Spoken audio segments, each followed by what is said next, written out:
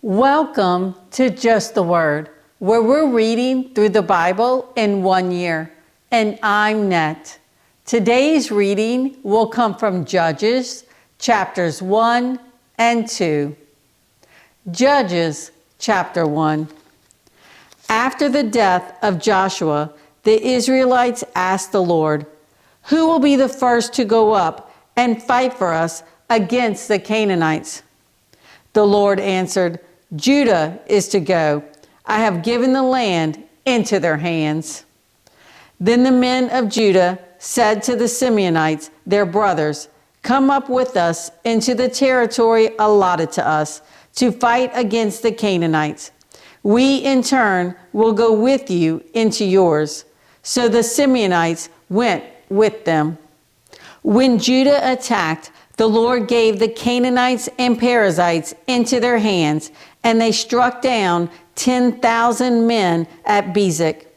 It was there that they found Adoni-Bezek and fought against him, putting to rout the Canaanites and Perizzites.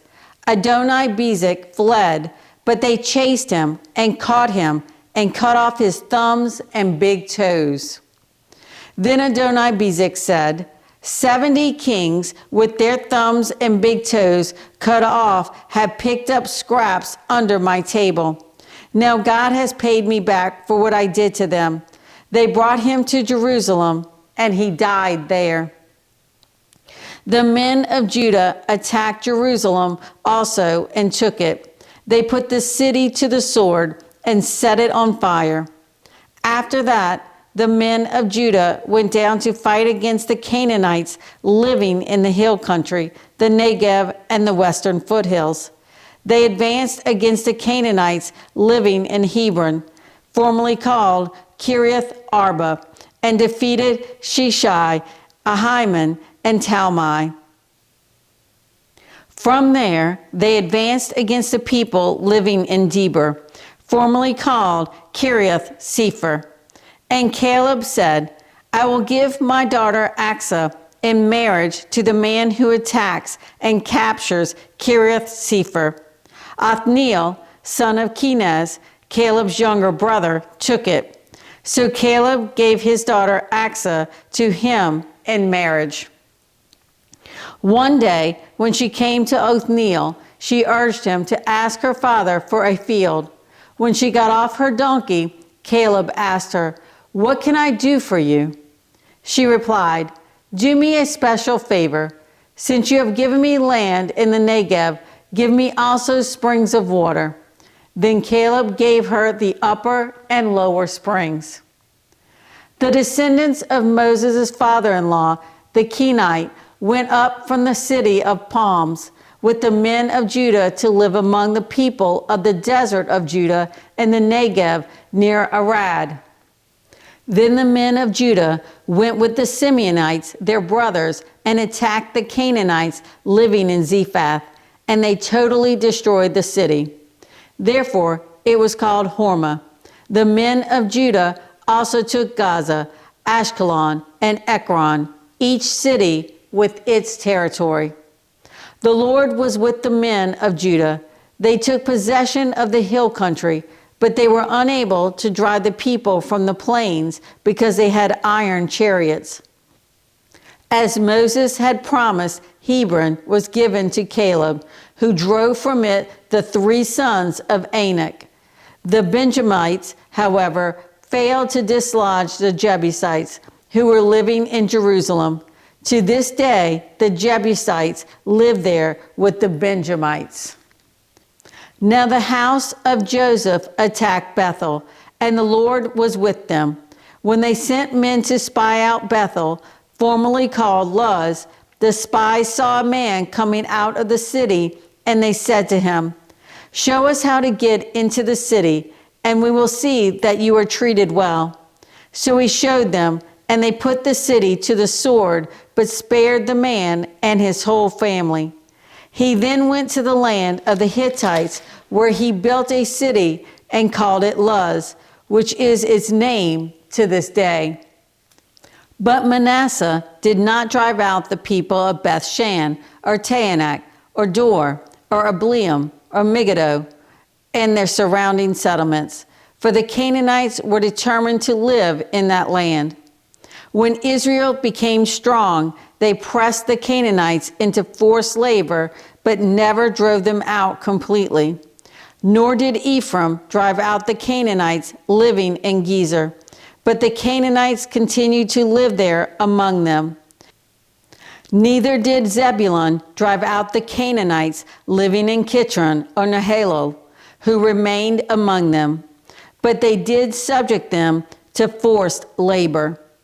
Nor did Asher drive out those living in Akko or Sidon or Elab or Akzib or Helba or Aphek or Rehob. And because of this, the people of Asher lived among the Canaanite inhabitants of the land. Neither did Naphtali drive out those living in Beth Shemesh or Beth Anath, but the Naphtalites too lived among the Canaanite inhabitants of the land, and those living in Beth Shemesh and Beth Anath became forced laborers for them. The Amorites confined the Danites to the hill country, not allowing them to come down into the plain. And the Amorites were determined also to hold out in Mount Heres, Ajalon, and Shaalbim. But when the power of the house of Joseph increased, they too were pressed into forced labor. The boundary of the Amorites was from Scorpion Pass to Selah and beyond. Judges chapter 2. The angel of the Lord went up from Gilgal to Bochum and said, I brought you up out of Egypt and led you into the land that I swore to give to your forefathers.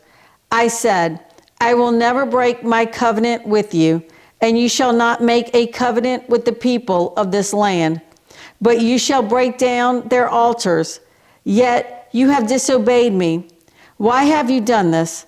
Now therefore, I tell you that I will not drive them out before you. They will be thorns in your sides, and their gods will be a snare to you. When the angel of the Lord had spoken these things to all the Israelites, the people wept aloud, and they called that place Bochum. There they offered sacrifices to the Lord.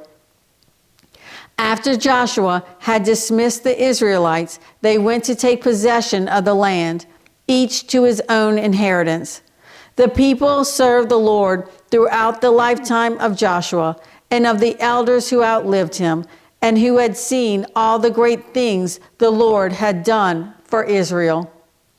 Joshua, son of Nun, the servant of the Lord, died at the age of 110, and they buried him in the land of his inheritance at Timnah-Heres, in the hill country of Ephraim, north of Mount Gosh. After that whole generation had been gathered to their fathers, another generation grew up, who knew neither the Lord nor what he had done for Israel. Then the Israelites did evil in the eyes of the Lord and served the Baals. They forsook the Lord, the God of their fathers, who had brought them out of Egypt. They followed and worshiped various gods of the peoples around them. They provoked the Lord to anger because they forsook him and served Baal and the Ashtoreths. In his anger against Israel, the Lord handed them over to raiders who plundered them.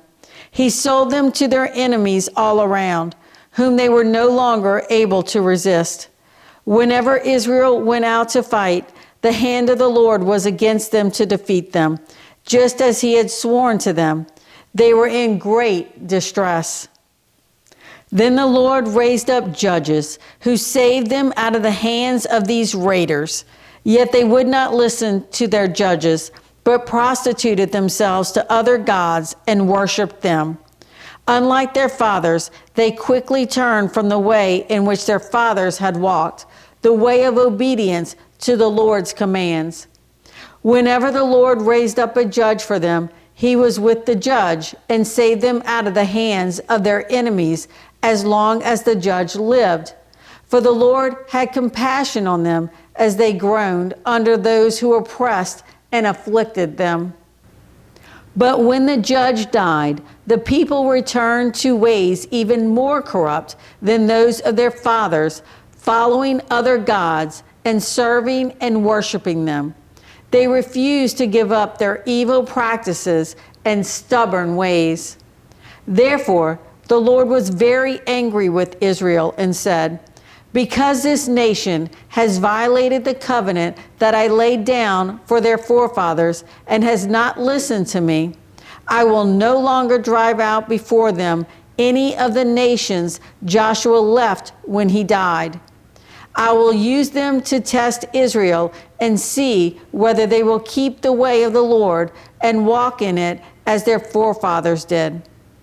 The Lord had allowed those nations to remain. He did not drive them out at once by giving them into the hands of Joshua. Thanks for joining Just the Word. See you tomorrow.